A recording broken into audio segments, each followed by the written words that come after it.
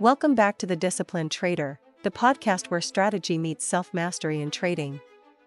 I'm Isabel Maria, and today we're diving into a topic that hits home for a lot of traders, especially those just starting out. Episode 3 is all about why retail traders struggle to make money and what you can do to improve your odds in the markets. Trading in financial markets is exciting, full of opportunity, but let's face it, it's also tough. The promise of financial freedom, independence, and the thrill of navigating the markets draws people in. Yet, for many retail traders, consistent profitability remains elusive. Why is that? Well, it all comes down to a combination of psychology, knowledge gaps, risk management mistakes, and structural disadvantages in the market. Let's start with the psychological side. Trading is as much a mental game as it is a technical one.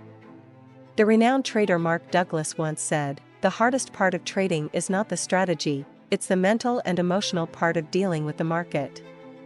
And he's right. Fear and greed are two emotions that can derail even the most solid trading plan. Fear might cause you to exit a position too early or hesitate when a good opportunity appears.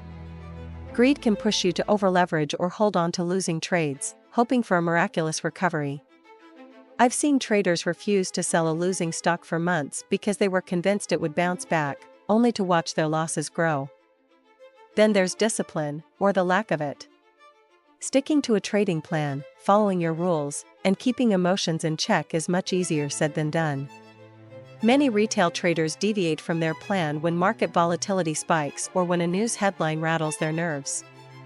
That lack of discipline leads to inconsistent results and, more often than not, losses. Overtrading is another pitfall.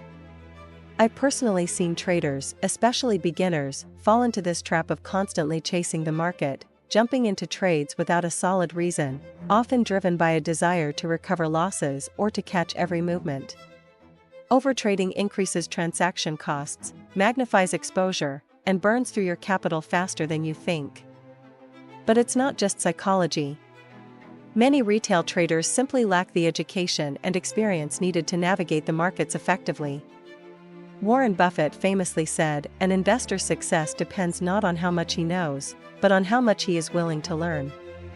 Without ongoing education and proper understanding of market mechanics, retail traders are at a disadvantage compared to institutional players. Consider this: many start trading with minimal training, relying on guesswork or unverified sources. They misinterpret market dynamics, which are influenced by complex factors like economic data, geopolitical events, and market sentiment. Some traders rely solely on charts, ignoring underlying fundamentals, while others focus only on fundamentals and dismiss technical signals. The imbalance leads to misinformed decisions and missed opportunities. Then there's risk management, often the weakest link. Alexander Elder, another market expert, says, "The goal of a trader is to make money, but the goal of a successful trader is to protect the money you already have." Yet many retail traders skip basic risk controls. They don't use stop losses effectively, overleverage their positions, or concentrate their capital in just a few assets. Without proper risk management, even small mistakes can become catastrophic. Now, let's touch on market structure. Retail traders face disadvantages from high-frequency trading and market manipulation. Michael Lewis, in Flash Boys, explained that the market is rigged, but not in a way most people understand. Large institutions use algorithms to exploit minute price differences, moving faster than retail traders can react. Some even engage in spoofing or pump-and-dump schemes. These practices distort signals and can mislead inexperienced traders. Even trading costs and slippage matter. John Murphy reminds us that trading costs, often overlooked by traders, can eat into your profits faster than you might think.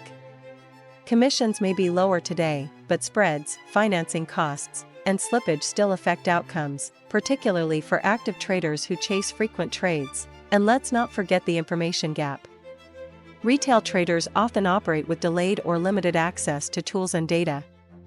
Jack Schwager wrote in Market Wizards, "The institutional trader is typically at a significant advantage, having access to more and better information.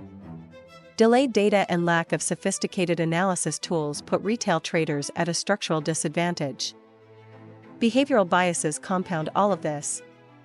Nobel laureate Daniel Kahneman notes that people are not naturally inclined to make rational decisions.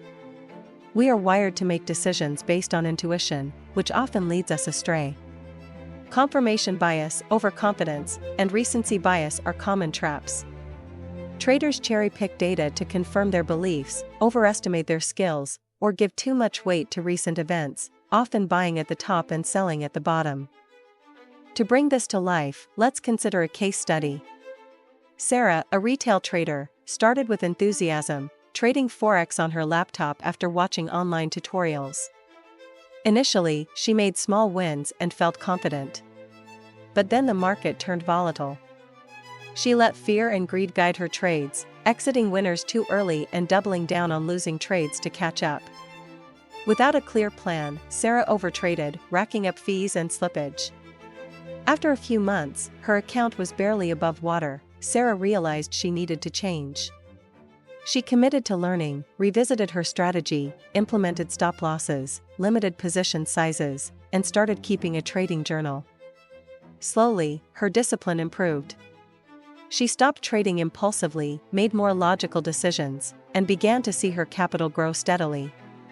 This example shows that while retail trading is hard, understanding the pitfalls and correcting course can make the difference between failure and consistent performance. So, what's the takeaway? Retail traders struggle because trading is difficult, not impossible.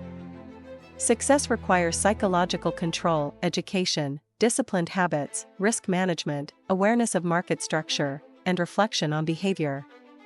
It's a combination of skills, strategy, and mindset. Before we wrap up, here's something for you to think about. What has been your biggest challenge in trading? Fear, greed, discipline, or knowledge? Drop a comment below and let us know. Sharing your experience might help another trader learn from your journey, and we'll feature some of your insights in future episodes. Remember, trading is not just about making money, it's about making consistent, rational decisions, protecting your capital, and growing your edge over time. Thank you for listening to The Disciplined Trader, brought to you by bellsforex.com AudioWorks. We hope this episode gave you insights, perspective, and practical ideas to strengthen your trading mindset and improve your decision-making. Stay disciplined, keep learning, and remember, every trade is a step toward building your edge. If you found value in today's episode, don't forget to like, subscribe, and turn on notifications. Sharing the podcast with fellow traders helps us grow and bring even more free trading education to the community. Visit us anytime at bellsforex.com for resources, guides, and tools to support your trading journey. Until next time, trade smart, stay disciplined, and keep building your edge. Happy trading!